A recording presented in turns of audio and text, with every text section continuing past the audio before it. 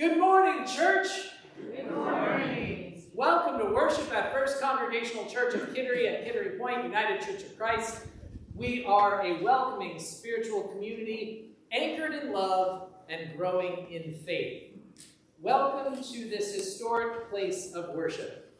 We are using the month of November to focus on our identities as stewards. Stewards of this place, stewards of our lives and God's creation. We know that the word steward refers to someone who cares for something that does not belong to them. And we celebrated last week the 306 years of stewards and disciples who were in this place and preserved it so that we have the blessing of being here today. Today we will be focusing on part 2 of our Bible story and our sermon, seeing things through the eyes of Jesus' disciples and seeing how we are called to be stewards of the present. And next Sunday, we will be looking ahead to the future and thinking about how God calls us to be stewards of the future, granting these historic gifts, these sacred gifts, to future generations. I tell you all that up front because if I say things in worship today and you weren't with us last week and you're having trouble following, go to our YouTube channel and refer to last week's sermon, and I'm sure it will all start fitting together. Speaking of, welcome to those of you joining us at home. Thank you so much for being present with us. A quick note, it is cold in our sanctuary. Well, the folks at home don't know that. Morgan, this sensation is chilly.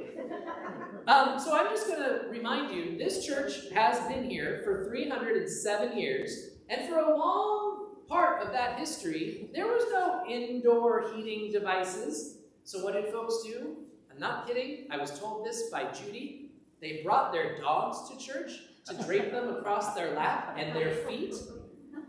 We may have folks with allergies, so I would just ask that you check in with us before you bring in your dog. But bring things in to warm yourselves. We have to have the windows open for circulation. It's a safety issue during the pandemic. But that doesn't mean we all have to be cold. Bring blankets, bring, if not dogs, personal heaters. I don't know. Bring whatever you want. We just want you to be comfortable in this space. We know that there's no such thing as anything that lasts forever, except God and God's presence and God's love. For everything else, there are seasons. There are low lows and high highs. And if there's going to be darkness and despair from time to time, thanks be to God that there can also be renewal. Opportunities for new breath, new beginnings, new life. We welcome each and every one of you, whether you are at home or here in person. We welcome you to this Renewal Sunday as we take appreciation for all that we've been given and we apply it to our present moment, and we decide together, how will we be disciples and stewards in this place? Before we enter into worship, I do just want to let you know about one ongoing thing. So this goes along with the whole safety protocol. We are working on making sure that the air in this sanctuary is as clean and refreshed as it can possibly be, so that we can rest assured that we're not transferring the COVID virus to anybody. And our wonderful chair of the trustees, Jeanette, she has procured for us a CO2 monitor, which is plugged in right down here. Now, you can't see it from where you're sitting, but we have it plugged in throughout the entire worship service today. And what that does is it monitors how air is building up around it or how it's not. So if the CO2 levels around the monitor were to exceed a certain point, does it beep? Yeah. It would beep at us. So if it gets to unsafe levels, you will hear a little beep, beep, beep, beep. And that means that CO2 is building up, which means that any particles from our spit or our breath, those are piling up too. If you don't hear that beeping sound during worship, it means that the air is circulating and nothing's building up, which makes it even less likely that we will expose one another to the virus. And because we're practicing distance and masking, and many of us, if not all of us, are vaccinated, all of these things help prevent the spread of virus. So we just offer you this insight as one more indicator. If you don't hear that beeping sound during worship, we can rest assured that the air is freely flowing, it's not building up, If you do hear that beeping, you will not upset me at all if you choose to get up and walk out. It'll be just fine. Thank you for your presence here. Jeanette, what would you like to add to that? Can I just add one more thing? Can everyone hear me okay? Brian Redonis and the cellar dwellers, as they call themselves, are just about done with the vapor barrier project downstairs too. So once that is complete, we're going to address the windows situation and do some ventilating and come up with a plan for the winter. So just so you guys know, we're working on it. We are working on it. And our welcome back / safety team is meeting on Zoom tomorrow evening to talk about all these things. So yeah, you are safe and you are welcome to rest comfortably in this space. And in the future, bring blankets. Welcome. Oh, yes, I Pat. would just like you to know, or anybody in the congregation, that if you need a dog, we've got one outside you can borrow. Oh, there's a dog in the car if you want to cuddle up with a dog. Welcome to worship. Let us be refreshed in the presence of the Holy Spirit.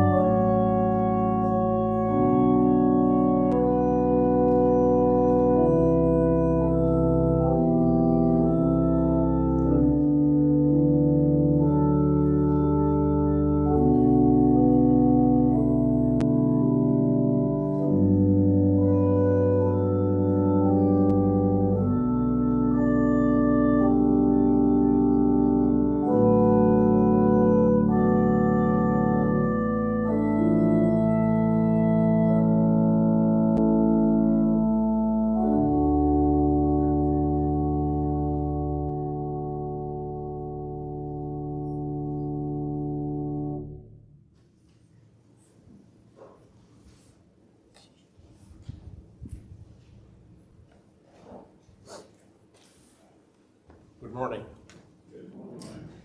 Please join me in the call to worship. We are called together this morning just as the first members of this church were 307 years ago. All share in loss and joy of salvation, to love others as God loves us. We dedicate our energy and our time to preserving what is good and working for what is just. Sabbath keepers, light bearers, stewards of God's creation. Let us remember where we come from, so that we may discern where God is leading us to serve today. What a blessing to be God's peculiar and particular people in this beautiful place. Let us pray. Let us give thanks. Let us worship. Join with me in a prayer of invocation.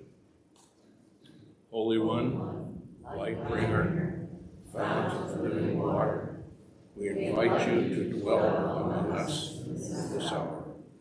As you guide us to be caught up in the rivers of your great life.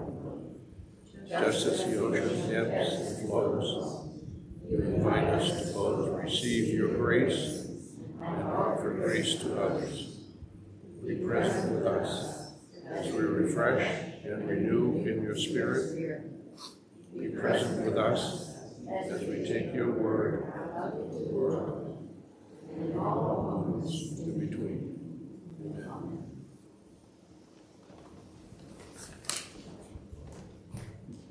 Thank you, Dave. When we gather, it is our responsibility and our joy to hold together the prayers that we feel called to bring to God. The sorrows that weigh our hearts down, the joys that leap forward from our spirits, whatever you may be bringing with you this morning, whether you are online or here in person, I will share some prayers that I'm aware of from our prayer list, and then we will open it up so that all of you can share as you feel moved. We begin this morning with prayers of joy.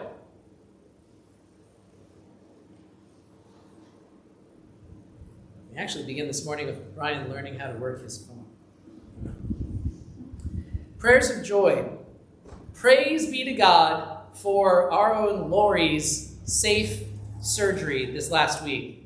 Lori came through the surgery wonderfully. Laurel was sharing with us this morning that she's recuperating at home and already seeing positive results from this very scary time. So thanks be to God. And Lori, if you're with us, we hope that you're comfortable, and we can't wait to see you again soon. We also rejoice this morning that our friend Nancy received wonderful news this last week. She is cancer-free. We celebrate a fun, faithful, and effective fall cleanup day yesterday. And the many hands that prepared not just yesterday, but in the previous weeks leading up to yesterday. Thank you to the many, many hands who helped to come and beautify our campus. Yesterday was a beautiful day. We got to have a wonderful lunch together outside. It was just gorgeous. And thank you to everyone who made it possible. Thank you to the trustees for your leadership. What a marvelous event that was. We also celebrate a joy. Our church council, the leadership of our church, we will be going away on a church council retreat this upcoming Saturday morning to get to know one another better, to deepen our relationships, to do some of the work that is before us, and to plan ahead, to start dreaming a little bit about the future together. So prayers of blessing for that morning together. It's going to be a very special time, and we're so grateful to all of you who are taking the time to be there and to be part of that work. We also have a prayer of joy from Betsy joining us at home. Good morning, Betsy. A prayer of joy for Sherry, who is doing so well in her recovery from COVID, even off her meds. That's wonderful news, Betsy. We're so glad to hear that about Sherry. And we also offer some prayers of concern, beginning with Betsy's friend Pam, who is still battling her cancer. We hold prayers for Fred and Jan, our beloved Fred and Jan. They have exhausted all their options, and Fred is officially going to be entering into hospice care. So prayers for our friends Fred and Jan who are in Florida. May they know that God's peace and love are with them all their days. And friends, if you are watching, please do reach out if there's anything we can do from afar. We continue holding prayers for our friends Sheila and Eleanor, both recovering from recent medical events.